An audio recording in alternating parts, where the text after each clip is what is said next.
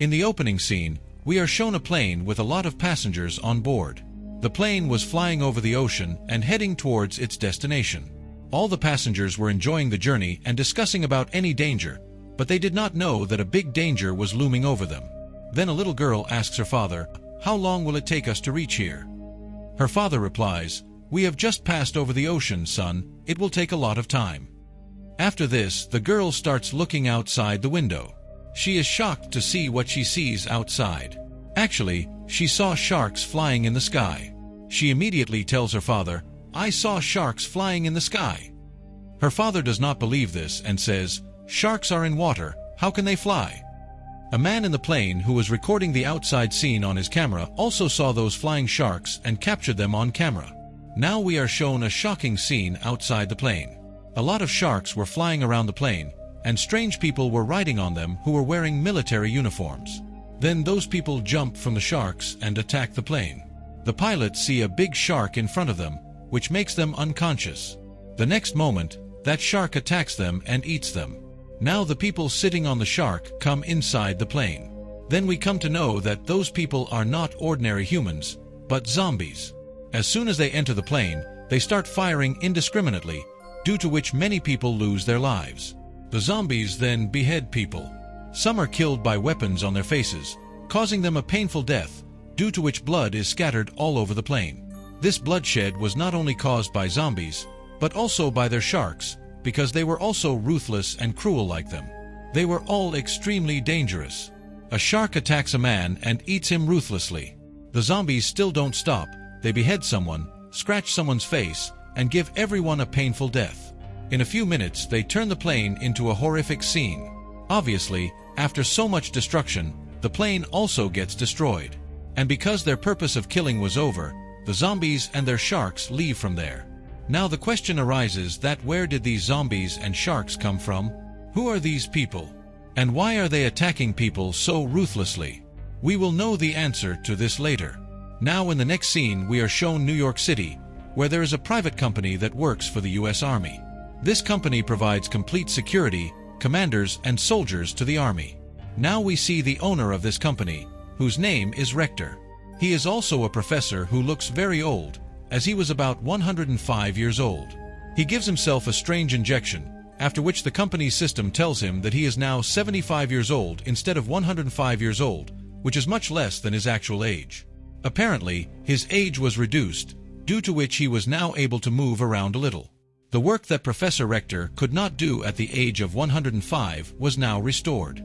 He was now watching the video of the attack on the plane with his younger daughter, and this was the same video that a passenger on the plane had recorded on his camera. After watching this video, he understood that there is some strange power which wants to take over the world again. It seemed as if it wants to make the world realize that we have come back and will now rule the world again. Then the scene changes and a woman is shown, who was none other than Professor Rector's elder daughter Debella. Professor Rector's company had found signs of a very large ship in the icy area. Debella had come here to investigate this ship, because according to the company, this ship was more than 100 years old. This ship was probably used by the Nazi army, which meant that this ship could be from Hitler's time.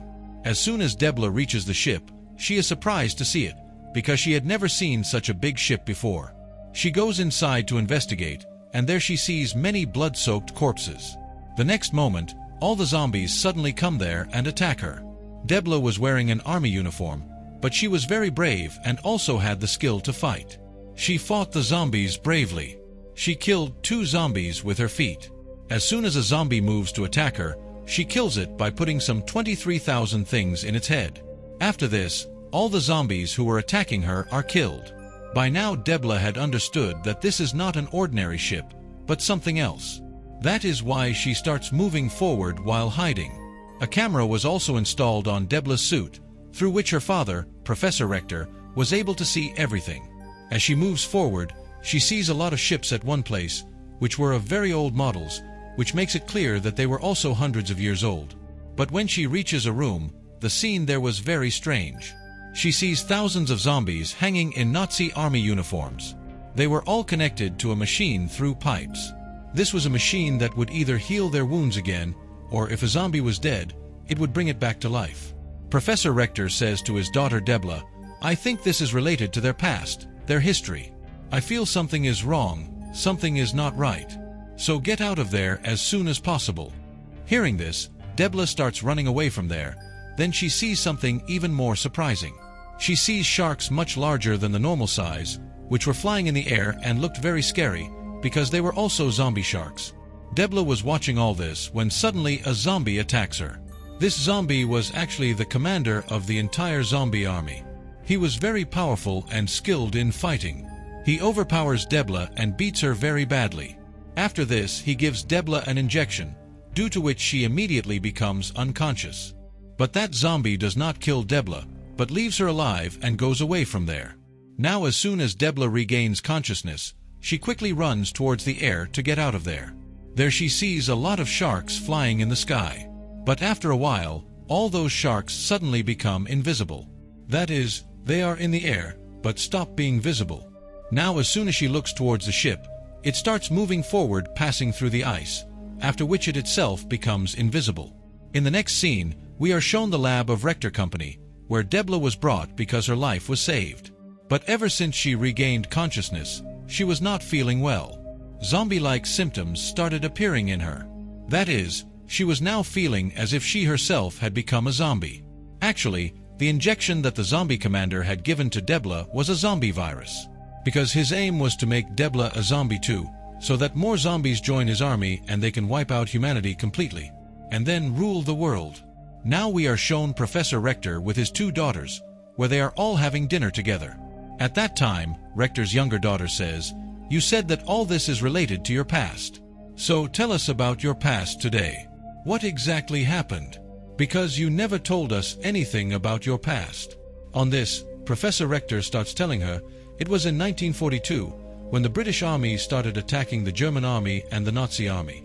They destroyed every area of Germany, due to which the German Army and the Nazi Army surrendered in front of the British Army. After this, Hitler ordered the army commander to take revenge.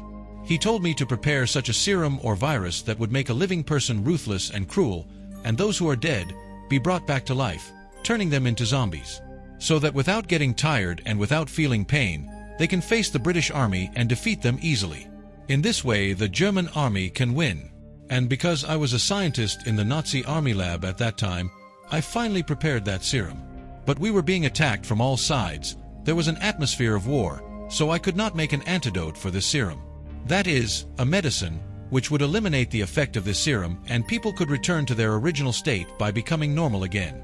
As soon as the serum of the virus was ready, the commander ordered to use it. I told them not to do so because the virus had been created, but there was no cure for it.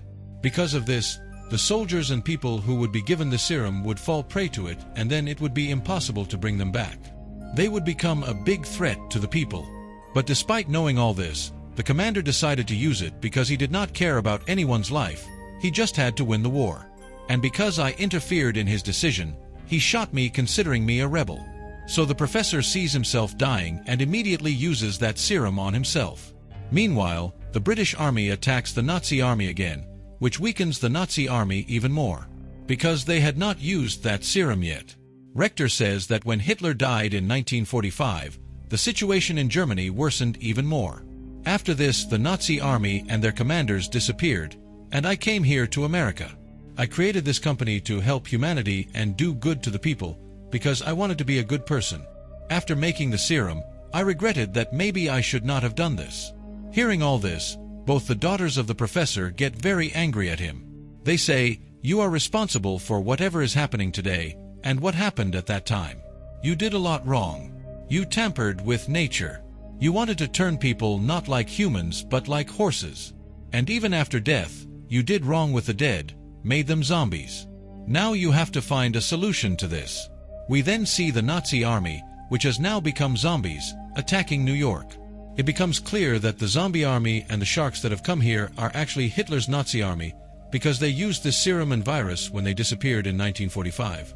This destruction in New York is shown on the news, and many people are killed due to this sudden attack. The Nazi zombie army now attacks many other countries besides New York, including London, Japan, Canada, and China. Also, these zombie sharks are destroying all the planes flying in the sky, just like they did in the beginning. Due to this, All flights are stopped, i.e. air travel is stopped as all the planes are destroyed one by one. Seeing these circumstances, Professor Rector meets the American general on a video call. But later more people join this meeting, including the president, officers, doctors, and the commander of the Sharks. During this, a doctor tells that sharks are able to fly in the air because experiments have been done on them. By changing their body, they have been made capable of flying out of water in the sky. This was a very big experiment, in which the entire system of the shark was changed and they were made capable of living in the sky. Apart from this, an engine has also been fitted in their body, with the help of which they can fly up to a height of 4,000 feet from the ground.